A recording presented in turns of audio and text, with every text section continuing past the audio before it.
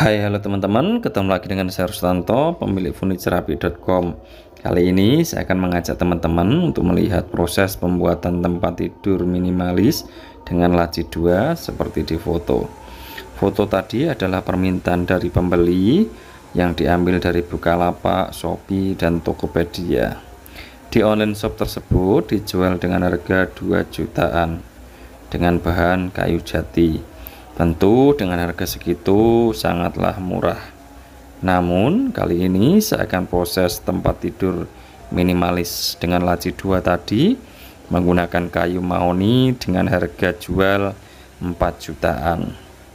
Nah, yang menjadi pertanyaan adalah kenapa selisih harganya terpaut begitu jauh. Di video kali ini saya akan sampaikan beberapa alasan. Alasan-alasannya yaitu yang pertama adalah bahan baku kayu. Seperti yang teman-teman bisa lihat, saya menggunakan kayu mahoni dengan diameter 30-an ke atas, bahkan ada yang diameter 40-an. Video gaji kali ini juga ada di video proses pembuatan sofa pelaminan yang kemarin sudah tayang. Jadi sekali gergaji kayu memang untuk proses beberapa order. Untuk yang harga murah tentu akan menggunakan kayu dengan diameter kecil yaitu DL dan OP atau diameter 10 cm sampai 16 cm-an. Bahkan dengan harga 2 jutaan sudah bisa dipastikan bahwa kayu tidak dilakukan oven atau tidak menggunakan kayu kering. Padahal furniture yang bagus harus menggunakan kayu yang kering, karena sifat kayu yang saat musim panas dia menyusut dan musim penghujan dia mengembang. Maka kalau tidak kering sudah pasti akan pecah, apalagi kalau kayu diameter kecil, penyusutannya sangat banyak dan rawan dimakan hama kayu. Untuk alasan selanjutnya adalah tukang kayu.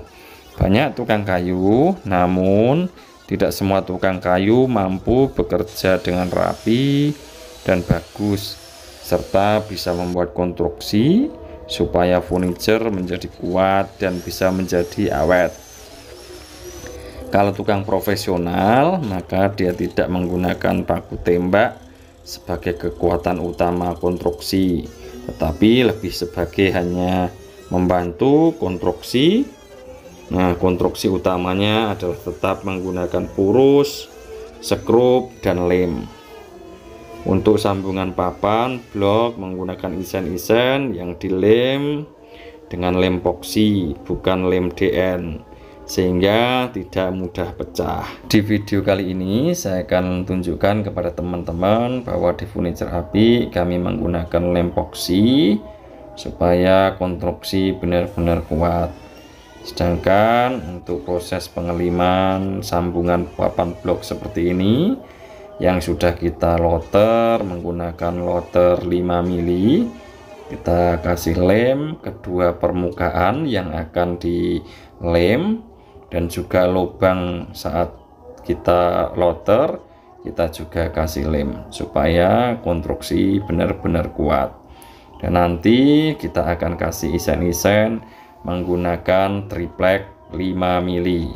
Jadi sambungannya nanti benar-benar akan kuat sehingga tidak mudah lepas ataupun pecah. Setelah kita lem, nanti kita akan press sangat kuat sehingga nanti sambungannya benar-benar rapat.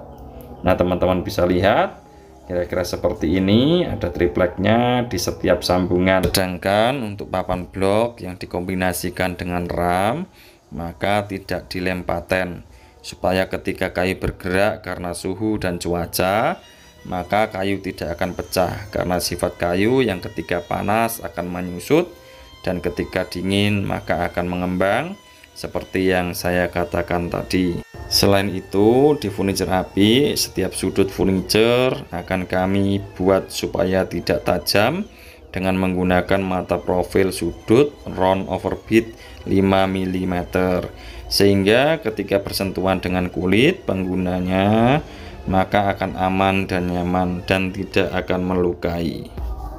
Untuk papan blok yang kita kombinasikan dengan ram, maka kita tidak akan lem paten, namun kita akan loter V, supaya yang pertama tujuannya adalah untuk mempercantik, dan yang kedua adalah supaya space-nya sama.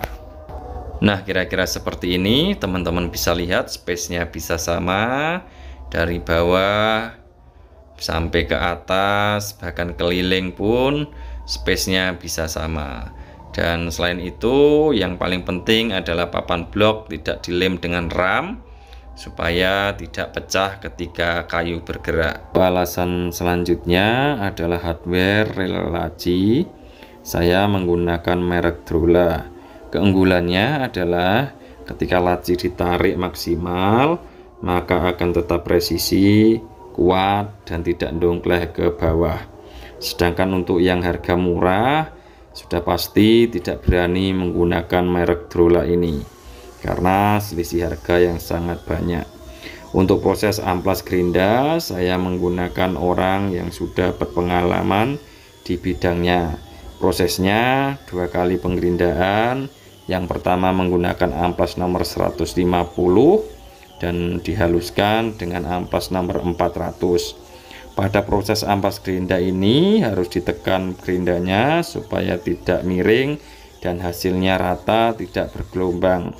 Untuk orang amplas gerindanya juga lumayan mahal karena harus melalui proses pengitiran di setiap sudut furniture yang telah diprofil dengan mata profil sudut round overbit 5 mm seperti yang saya katakan tadi, sehingga setiap sudut, setiap permukaan, setiap sisi kayu akan halus dan tidak tajam, sehingga aman untuk kulit penggunanya. Nah, teman-teman bisa lihat hasilnya seperti apa. Ini masih mentah. Nanti kalau sudah finishing tentu akan lebih bagus lagi.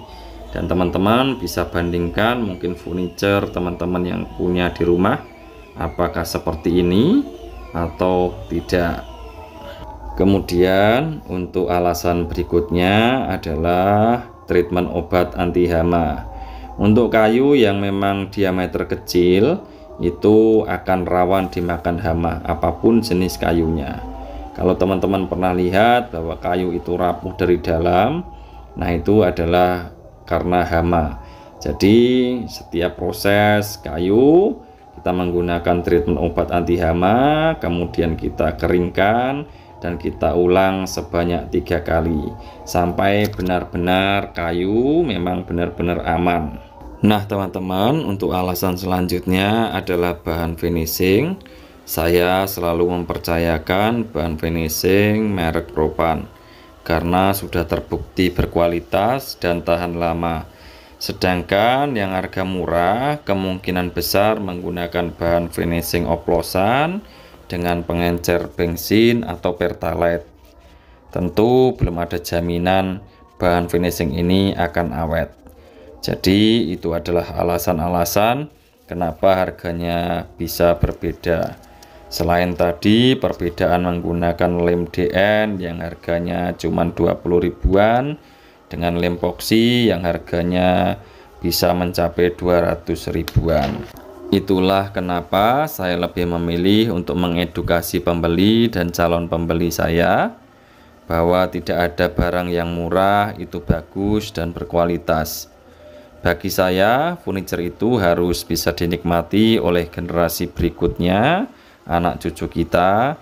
Jangan sampai kita beli furniture itu dengan barang yang sama lagi karena alasan kecewa saat beli yang pertama.